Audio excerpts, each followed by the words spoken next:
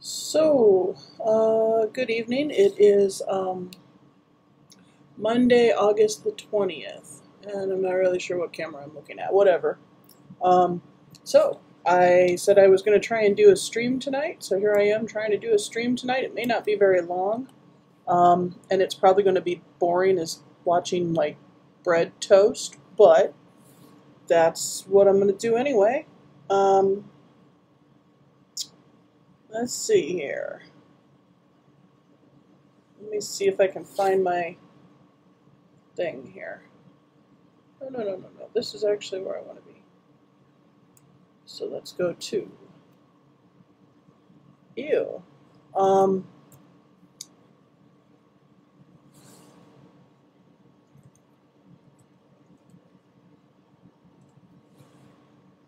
There we go. So we are not wanting to go to the Twitter. Why are you going to Twitter, you darn thing?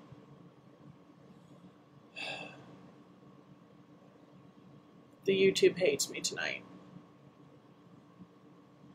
There we go. So what I'm trying to do is I'm trying to pull up my chat.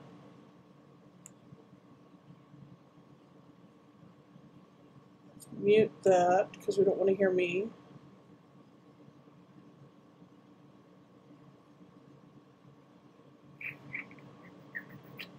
So anyway, I'm back from Wisconsin.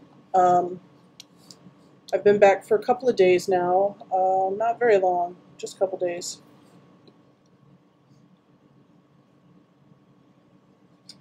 And I went down, so for some of you guys know that I went down to do my divorce court, so I am now divorced. So that's that. And I hung out with some good friends while I was there, but I kept it kind of quiet because I didn't want to be overwhelmed by a whole bunch of people to hang out with, and I still ended up feeling pretty overwhelmed, but that's okay. I'd rather be overwhelmed because people like me than overwhelmed because people don't.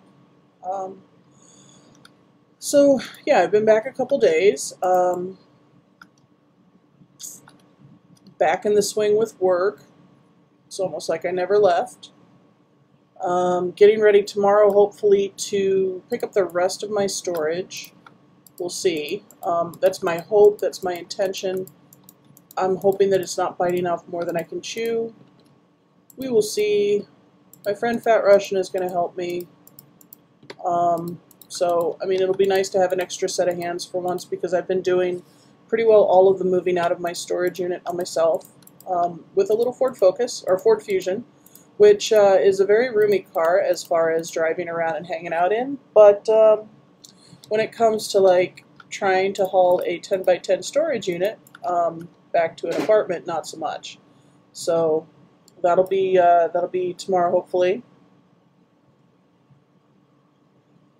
And what I'll get to do is I'll get to bring my furniture in. That's mostly what I've got in the storage unit at this stage is furniture, which means my sewing table will get here, my actual computer desk will get here, so I won't have to be using this lovely little plastic buffet table thing that I've been using. Oh, I guess I should actually tell you what I'm working on here. So I'm in the basement of the house. I don't know if you guys have seen the basement of the house yet. Let me just run up the stairs a little bit, show you what I'm doing. So I got walls in. I don't remember where we left off last time, but I got walls in, and I will probably go through later and adjust the walls for like color and such so that they're not just such boring walls. But you can see that every room is actually a room now. This here is our bedroom. There's the closet. This is the bathrooms. This is going to be where the bathtub is. This is the shower. That's the toilet. That's the sink. And we'll do all the decorating a little bit later on. I like to get the structure done first. That's going to be the guest bathroom. This is the kitchen area, the dining area. That's the foyer, the stairs that lead upstairs. This is the living room with the fireplace. That's looking pretty good, okay? We'll go back here to the kitchen again. And then off the kitchen, you'll remember, is a laundry room and like a utilities room. And then there's the back door. And then once you come into the foyer, that'll lead upstairs, which we don't have done yet. I just have the ceiling in from down below. I haven't laid the floor up here yet. So I will lay the floor, but before I lay the floor, I'm going to finish the basics of the basement. So what that means is I'm getting ceiling and floor and walls cleaned up.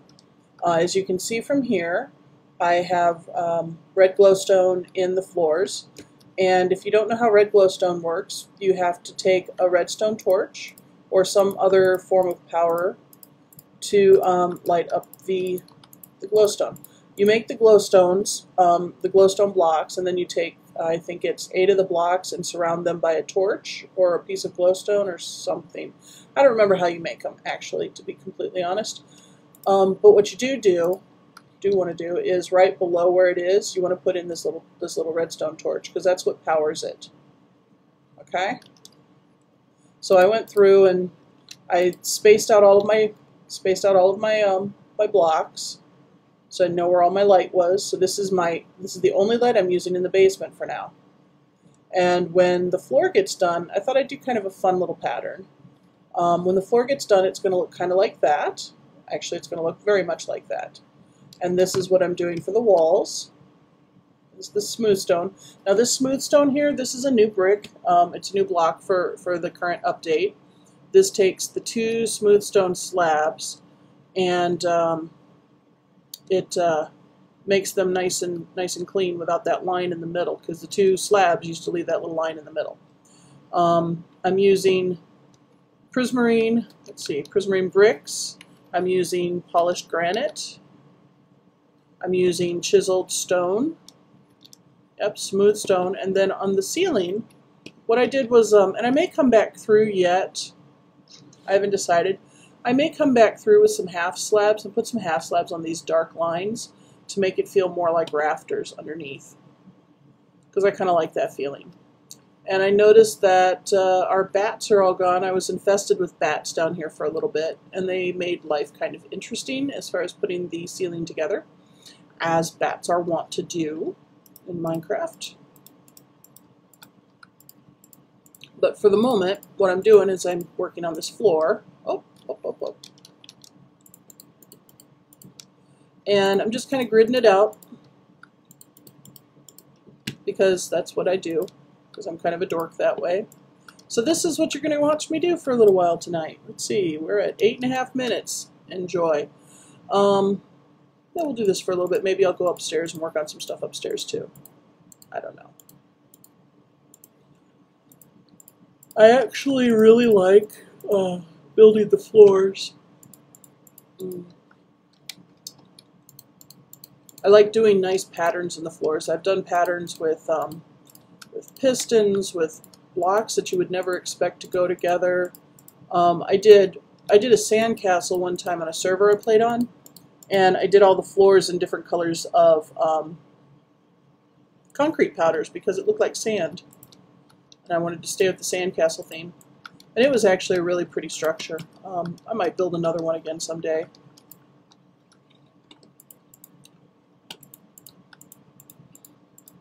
So yesterday, I hung out all day long with some friends of mine from Wisconsin who had come out to Cleveland. They're on their vacation. They just went back home today. They're finally home and safe. But they came out to Cleveland to say yo, and we got to hang out for several hours at the Rock and Roll Hall of Fame, which is right downtown Cleveland. And it was a very lovely trip. If you've never been, it's definitely a place I think you should maybe check out. You know, I kind of made jokes about it ahead of time. I was like, yeah, we're going to go look at Steven Tyler's pants. And Steven Tyler's pants actually were there. So, I mean, there is that. However, the part that really kind of caught me off guard that I didn't expect was I actually got really choked up when I saw Stevie Ray Vaughan's guitar. Because you think of the big rock stars, and there's always ones that come to mind first and foremost, but it's also, you forget how many rock stars that there actually are out there. And the other really cool thing that was going on is because Aretha Franklin had just passed just a few days ago, everything was there was a lot of very Aretha-centered displays, music. Like when you first get to the actual Rock Hall of Fame, they have a loudspeaker system and they're playing music outside so that, it kind of gets you pumped up before you go inside.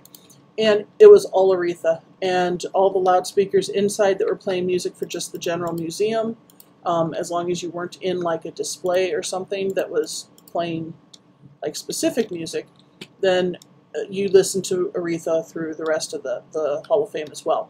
What I didn't realize about Aretha Franklin was that she actually was the first woman inducted into the Rock Hall of Fame, which I thought was really pretty cool, given that I don't know that I would consider Aretha Franklin a rock star.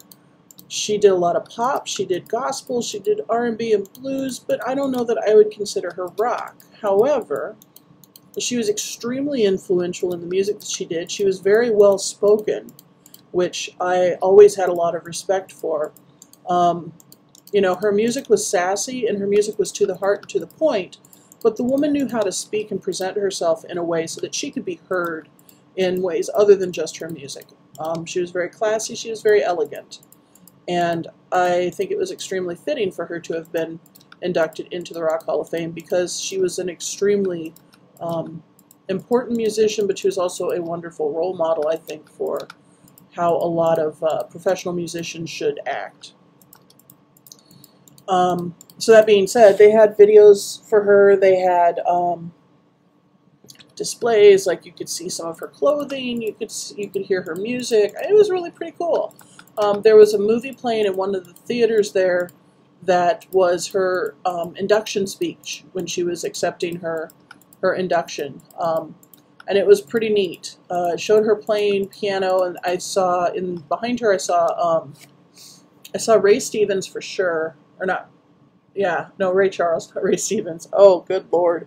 I saw Ray Charles for sure behind her, but I couldn't remember who else I saw. But I saw a good handful of a half dozen people that were backing her up on a piece that she was playing. And I actually had not been aware of the fact that she also played piano, which is shame on me. But that's okay. I can't know everything about everybody, much as I try. So that was really cool. And then after we did the Rock Hall, we met up with Fat Russian here in town, and we had some dinner and had some ice cream, and then because I drove my friends around, they came and they picked me up, and I drove their van around so that they could look at the city instead of having to worry about directions and all that stuff, because I know how confusing it can be when you're driving in a new place to also see all of the really cool things that are there. And I wanted them to be able to see all the cool stuff as we drove by. So we drove past the Christmas Story house. That would be the house that, I don't know if it's the actual house that they used or if it's a prop house that was built for this. To be really fair, I didn't pay enough attention, probably because it didn't really super interest me and I was pretty tired by that point. But they have this house set up to look just like the house from the Christmas Story that Ralphie lived in, and there's a museum that goes along with it, and you can, I think, buy little mock-up Red Ryder BB guns. You can for sure buy leg lamps. It's just kind of a kitschy little thing to look at, and who am I to talk about kitschy little things, given that one of the first things I wanted to see when I first came to Cleveland was the Polka Hall of Fame, which is essentially the We Really Love Frankie Yankovic Hall of Fame more than anything else. But it's always cool to see these odd little things, no matter where you are, when you go to visit a new place, just to kind of see what the kitsch is, the local kitsch. So I drove them there, and 4 of them hopped out and took pictures, and the 5th one opted to sit in the van as I did. Because she also was pretty blown out. She was vacation done. So But otherwise, all in all, it was a really lovely trip. It was great to be able to see them. It was great to be able to like show a couple of them my new home. It's been really hard coming back from Wisconsin. It was really hard being in Wisconsin because I've really kind of felt I've kind of felt torn between who I am and who I'm trying to be and where I'm trying to get. And, you know, there have been a lot of struggles for me after moving here that I didn't anticipate having. So it's been, going home was a little bit surreal. You know, it's like, in so many ways it felt like I'd never left home. And then in so many ways it felt like I just didn't belong there anymore. You know, and it felt like, oh, well, I'm about to go on vacation and go to Ohio, except that I wasn't about to go on vacation and go to Ohio. I was about to, like, pack up my suitcase and go back home to the life that I am building here in Ohio. So I don't know if you guys understand that. I'm sure some of you will get that. If you've ever made, like, a major move in your life, then that might make sense to you. But that was kind of my trip. And it was nice to have people from Wisconsin here, meeting my friends from here, because they also got to meet Dana in the morning right after church, which was really great. I really wanted them to get a chance to meet Dana, and I wanted Dana to get a chance to meet them because I talk about them so much. So it was really nice to be able to have those two worlds kind of meet and shake hands, and in a way it almost feels like it was cementing me here a little bit better. So it's nice to get back into playing Minecraft again. I hadn't realized how much I had missed it and how therapeutic it actually was for me, because this is where I go to create the world that doesn't have problems. This is where I go to create the world that looks the way I want it to and has the people in it that I want and is beautiful the way I want it to be, you know?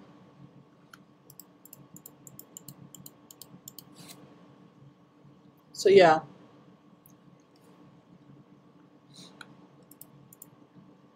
Must be too late. We don't have anybody watching chat tonight. I'm actually kind of okay with that, I think. Tonight, at least. I couldn't get to this earlier today. I had a weird schedule. I was exhausted, so I came home. I was tired enough. I was getting a migraine, so I came home and I slept in between when I probably could have been doing this. And then I've been spending the evening up until just starting this video moving furniture, moving boxes, making a bookshelf so that I can kind of get things moved out of the way prior to us bringing in furniture tomorrow. Because I don't want us to bring all the furniture in, drop everything in the middle of the floor, and then I can't maneuver around my own apartment. I want us to be able to get the furniture in, put it somewhat in place so that I can start unpacking boxes and putting the things in the boxes on and in the furniture as it belongs. Because I tell you what, I am tired of living out of boxes. This is the longest I have ever lived in boxes. I have always been known to like have all of the boxes of import like unpacked and put away within the first 2 weeks. And I have been living in boxes and bags since February, and I'm tired of it. I'm flat out tired of it.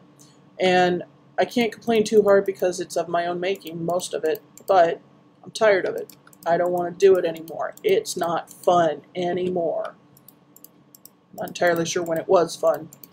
I'm ready to open my boxes. I'm ready to make acquaintanceship with my stuff again and find all of my like clothes and statues and cookware and my art and everything. My little container of mechanical pencils that are my favorite style of pencil. It's just silly little things, you know?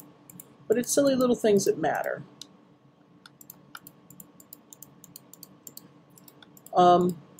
I like to kind of do floors in like patterns like this when I'm tearing things up like this because, well, it's therapeutic. And I can keep track of where I've been.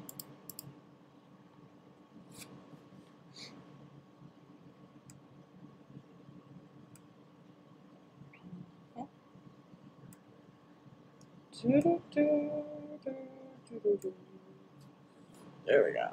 Okay. Have we done 2 all the way around? Yes, we have.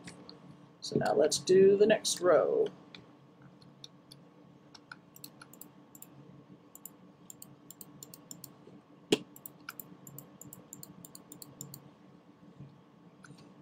So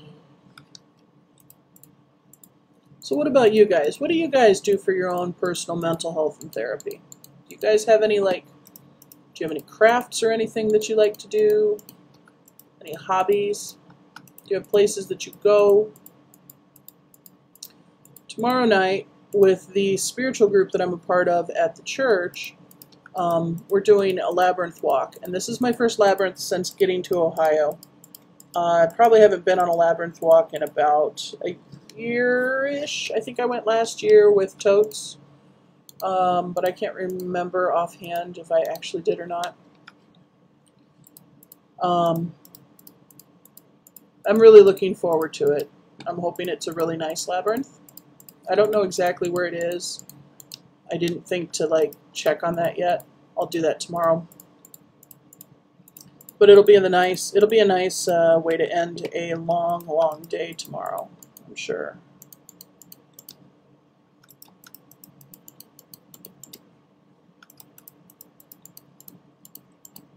And for those of you that aren't familiar with labyrinths, this isn't just like walking a maze or something. A labyrinth is an actual specific design.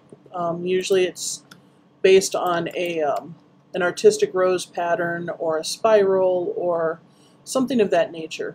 You don't ever get lost in a spiritual labyrinth because the path is designed to really only take you in one direction.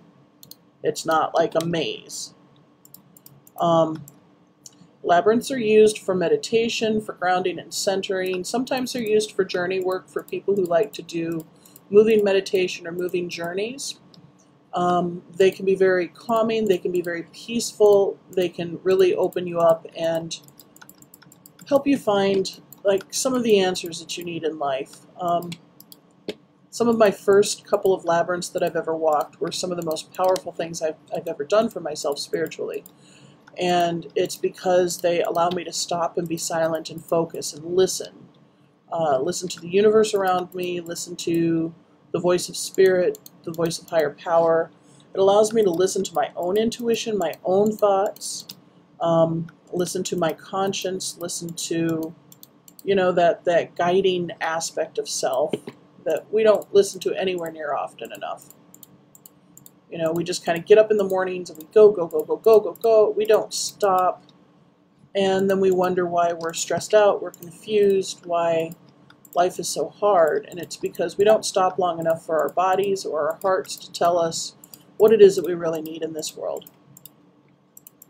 So it'll be nice to get into the labyrinth and walk a labyrinth again. It's been quite a while for me. I am working hard on recreating and maintaining a good spiritual practice again. I got pretty burnt in Madison back when I was still living in Madison, not just in Wisconsin, but when I was living in Madison specifically. I got pretty burnt. It's a pretty rough community there. I ain't gonna lie, I wouldn't advise anybody to go hang out with them. And if any of them, for any reason, are actually watching these videos, well, sorry. But I found a good group of people here that it seems like they're sane, it seems like they're kind, and I really appreciate that. So, as you can see, we found a little cave system underneath of here. We may or may not go explore that, I don't know. It's not that important to me to do that at this stage. That's one of the things of going and doing creative mode. Cave systems are fun, but they really are just for the sheer joy of exploring, as opposed to doing it for the resources. Okay, so now we're down to just about the end of cutting up the floor. So let's finish her up.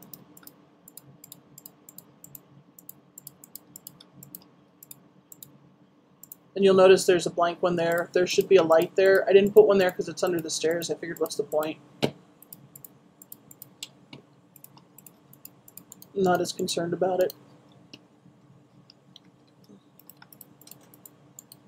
So, one of the things I did in Wisconsin was I went to an Indian grocery store that I've always liked.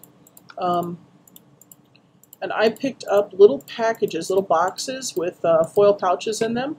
and they're essentially MREs. They're Indian, different Indian dishes, and they're just meals ready to eat. You can either boil them in their little foil pouches, or you can open the pouches and nuke what's inside. You know, pour out the pouch and nuke what's inside. So I had one tonight. It was one of my favorites. It's palak paneer, which is essentially a spinach and farmer's cheese in like almost like a creamy sauce with some spice. Oops. And it was really good, but I don't understand how that tiny, tiny little package is supposed to be serving of 3, unless you just completely drown it in rice, which I don't do because I don't eat a lot of carbs. I don't eat carbs because I don't care for carbs. It's not that I don't eat carbs for health, I just don't care for carbs. I don't like pastas, I don't like rice, I don't like breads. It's just something that I hate. Potatoes. I'm not into starchy foods, really. I'll eat fruit carbs, I'll eat vegetable carbs, I'll eat the daylights out of that stuff. But starchy foods just don't really turn me on, so. Boop, boop, boop, boop. Did we get them all? You notice we have another bat. He came up from the caves to visit.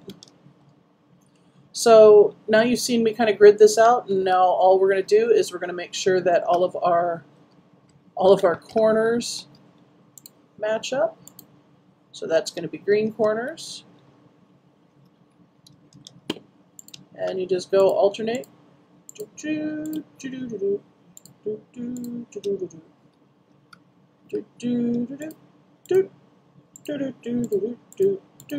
And that would be my Minecraft putting blocks down song, I guess. And